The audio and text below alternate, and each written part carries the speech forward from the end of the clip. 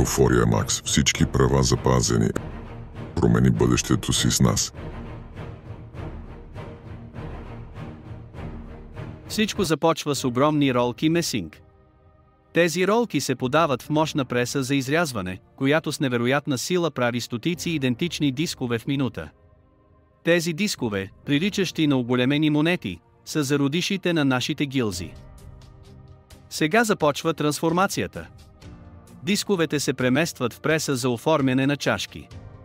Представи си как натискаш с парец меко тесто, именно това се случва тук. Закарен стоманен матрица с огромен натиск оформя плоските дискове в плитки чашки. Но пътят не свършва до тук. Тези чашки трябва да бъдат удължени и усъвършенствани. Те преминават през серия от изтеглящи преси, като всяка следваща постепенно ги притиска и разтяга, подобно на дърпане на карамелено лакомство.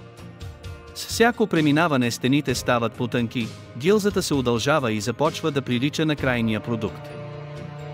Сега е време за създаването на два ключови елемента – гнездото за капсула и възпламенителния отвор. Специализирана преса с прецизно оформен инструмент с невероятна сила оформя дъното на гилзата. В рамките на миг плоската основа се трансформира. Прецизна бормашина, водена от лазери и усъвършенствани сензори, пробива малък отвор в основата на гнездото за капсула, създавайки жизненоважната връзка между капсулата и барута. Гилзите са преминали през много етапи, били са разтегляни, притискани и оформяни, което е направило месинга твърд и крехък. Тук идва процесът на отгряване. Гилзите се поставят в контролирана пещ, където се нагряват до определена температура. Но не става въпрос само за топлина, охлаждането също е важно.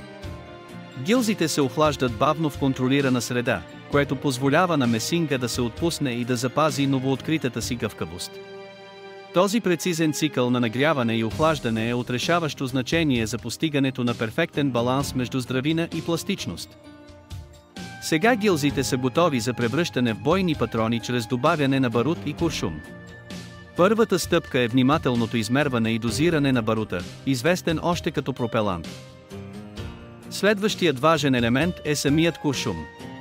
Синхронизиран механизъм внимателно насочва всеки куршум към гилзата, осигурявайки перфектно подравняване. Това е като промушване на конец през игленото ухо, но с много по-високи залози.